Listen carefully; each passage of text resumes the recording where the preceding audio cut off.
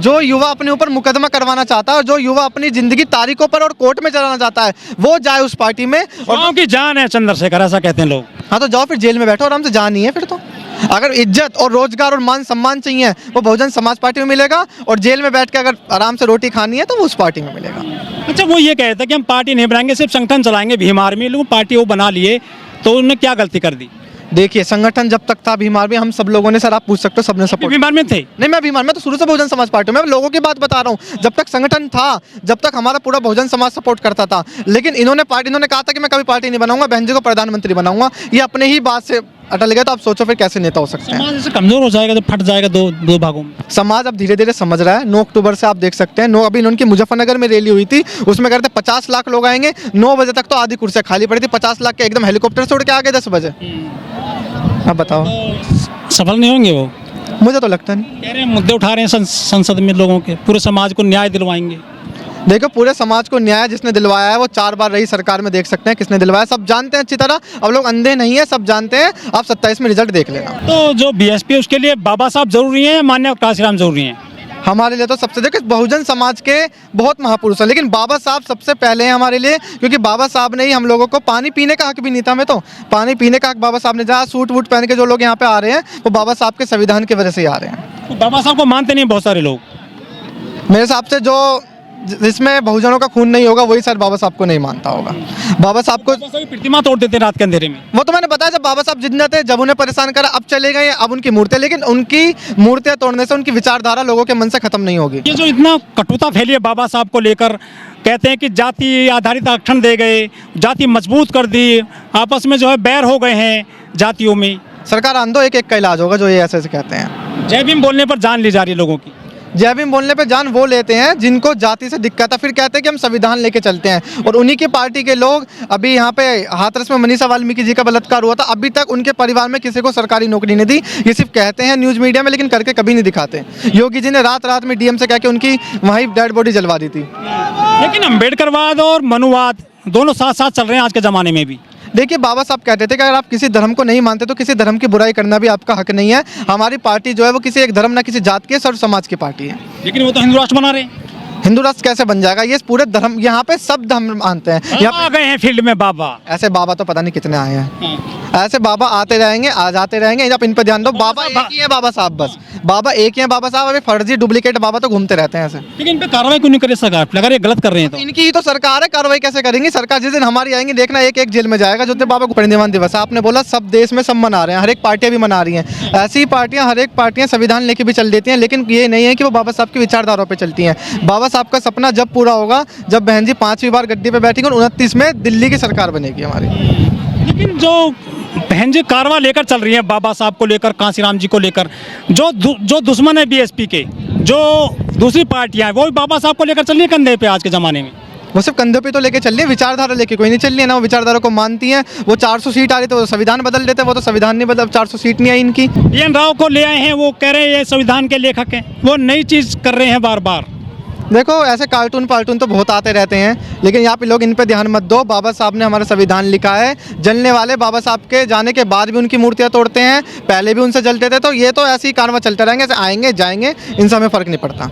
लेकिन लखनऊ में तो कांसीराम जी के महापरिनिर्वाण दिवस पर भर दिया गया था पूरा पार्क बहन जी के द्वारा। उन्होंने एक अपील करी थी, लेकिन आज नोएडा में उस तरह का जलवा नहीं दिखा है। देखिए नोएडा में बहन जी ने भी ट्वीट करा था परसों की, यहाँ पे कानून व्यवस्था इतनी नहीं हो सकती क्योंकि दिल्ली मेन बॉर्डर आ रहा है हरियाणा का। तो यहाँ पे आम जनता को बहन जी नहीं चाहते, कोई आम जनता परेशान होना, तो बहन जी आने वाली थी नोएडा में।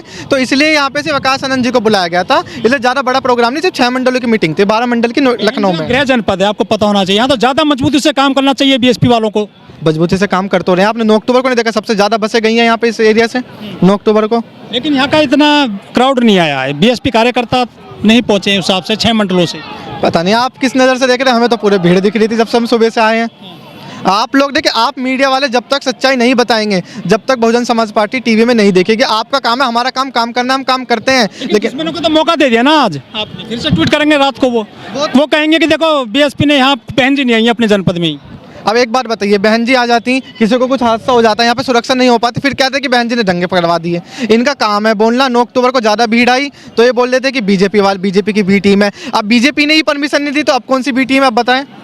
लेकिन दूसरे नेता भी तो पूरे देश में प्रदेश में घूम रहे हैं, खतरा उनके लिए भी तो हो सकता है। पूरे जो आपके दुश्मन है वो भी वो बाबा साहब के चरणों में फूल चढ़ा रहे हैं आज, और बहन जी ने सिर्फ ट्वीट कर दिया, वो आनी चाहिए थी ना पब्लिकली। देखिए बहन जी एक छोटी मोटी नेता नहीं है जो कहीं भी आ जाए, उनके लिए लॉ एंड ऑर्डर सब चीज़ देखनी से तो बड़ी नहीं है ना, आपको या आपको लगता है प्रधानमंत्री है। ये आप देखिए पद से नहीं, समाज के प्यार से बड़ा नेता होता है, पद से नेता नहीं होते हैं। समाज का प्यार जिसके साथ 85% बहुजन हो उसे बड़ा नेता कहा जाता है। आप पद देख के कह रहे हो तो वो आपको 2027 और 2029 में दिख जाएगा। तो मतलब बदलाव होगा उत्तर प्रदेश में, देश में। बिल्कुल 226 सीट हमारी है, 27 की तैयारी है। ये तो आप हमेशा ही कहते आ रहे हैं, 2012 से कह रहे हैं आप, लेकिन लगातार चुनाव हारते जा रहे आप 2012 बोला, आप कभी 2007 कहते हो? क्योंकि उस टाइम सरकार बनी थी, न्यूज़ मीडिया 2007 नहीं दिखाती, वो वही दिखाती है जिसमें बीएसपी कमजोर हुई है, जिसमें ईवीएम में गड़बड़ी हुई है। बहन जी ने कहा था कि ईवीएम में जब तक गड़बड़ी होगी, बैलेट पेपर से जब भी चुनाव हुए हैं, जब तक हमारा वोट परसेंटेज हमेशा बढ़ा है। और 2017 के चुनाव जब हुए थे 10 मार्च को दोपहर 3 बजे ही बहन जी ने प्रेस कॉन्फ्रेंस करी थी, ईवीएम पे सबसे ज़्यादा सवाल उठाए थे। जब लोग बहन जी पे हंस रहे थे, आज ही लोग बहन जी को कहते हैं कि आपने सही सवाल उठाया। जैसे आपने कहा कि बाबा घूम रहे हैं, ठीक है, बाबा को लाया कौन है? बाबाओं को घूमने के लिए लाया कौन है? ग्राउंड में पब्लिक लाई है ना। पब्लिक कैसे लाई है कि पब्लिक ने वोट डाला है कहीं, गया है कहीं, लेकिन फिर पता है कि हवा हवाइया में वोट अगर बीएसपी को डाला है, सीट बीजेपी की निकल गई, हाँ साहब बीजेपी जीत गई। अरे भाई तुम अगर वोट बीएसपी को डाल के आए हो, ठीक है, तो बीएसपी का गुणगान करो ना। जहाँ पे लोग अभी क्या है, अभी बहन जी के लखनऊ आवास पे कुछ लोग चले गए थे जो शिक्षक थे, कह रहे बहन जी हमें न्याय कराओ। अरे तुम बहन जी को पावर नहीं दे रहे, वोट नहीं डाल रहे, तो बहन जी से तुम न्याय की अपेक्षा क्यों कर रहे हो? तो बहन जी को तुम सत्ता में बिठाओ, और आज तक का रिकॉर्ड है कि बहन जी को एक बार सत्ता पे बिठा दो आप, आपको कुछ मांगने की ज़रूरत नहीं पड़ेगी, बिना मांगे सब कुछ मिलेगा। ये रिकॉर्ड है आज तक का। लेकिन जो बाबा साहब को लोग कंधे पर लेकर चल रहे हैं, क्या बाबा साहब वोट का जरिया हो गए हैं आज देश में? देखिए बाबा साहब वोट का जरिए इन लोगों ने बनाए हैं। बाबा साहब की जो बाबा साहब ने कहा था मुझे पूजने की जरूरत नहीं है, मुझे पढ़ने की जरूरत है, तो बहन जी संविधान को मान के उनको पढ़ के ही सरकार चलाती है। तो बाबा बहन जी ही हैं जो बाबा साहब को सच्चे मन से और विचारधारा से सरकार बनाई थी। बाबा साहब को तो लोग मानते हैं, लेकिन बाबा साहब की बातों को नहीं मान रहे हैं बहुत सारे। मैंने आपको बताया बाबा साहब की जिस दिन बात मान गए उस दिन दिल्ली पे राज बहुजनों का होगा। मतलब सत्ता बदलेगी? सत्ता तो 27 में बदलेगी। पहले योगी जाएंगे फिर मोदी जाएंगे। अच्छा, हाँ जी। लेकिन अकेले दम पे कैसे आप अकेले चुनाव लड़ते हो? किसी का गठबंधन नहीं करते हो आप? समाज से गठबंधन नहीं हुआ क्या? 2007 में 206 सीट आई थी, वो किससे गठबंधन था? अपने लोगों से तो गठबंधन था। अभी बिहार में देखिए बीजेपी ने सबसे गठबंधन किया तो सत्ता में आ गए वो भाजपा वाले। बिहार में हमारी आपने अच्छी बात बिहार की बोली, बिहार में तो हमारी 10-15 सीट आ रही थी, 6 सीटों पर दूसरे नंबर पर प्रत्याशी रहा है जो 300-200 वोटों से हराया गया है।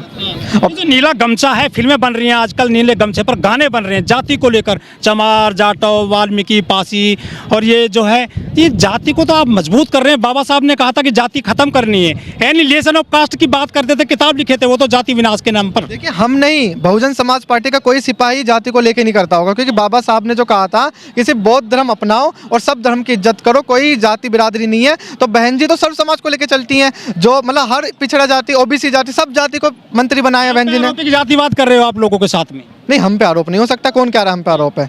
मैंने बोला है देखो, बहुजन समाज पार्टी में जो सच्चे मन से काम करता है वो कभी भी जातिवाद नहीं कर सकता, क्योंकि बहुजन समाज पार्टी की एक ही पॉलिसी है, सर्वजन हिताय सर्वजन सुखाय।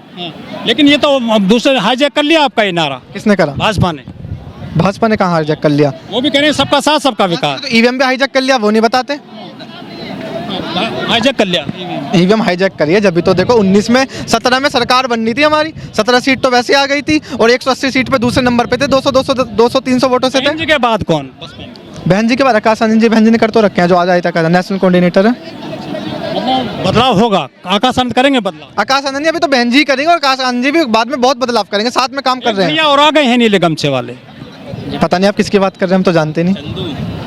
हम देखो ऐसे किसी का नाम नहीं ले सकते। जो मैंने अभी वहाँ पे भी एक न्यूज़ चैनल वाले भैया थे, वो कह रहे थे युवाओं को समझाओ।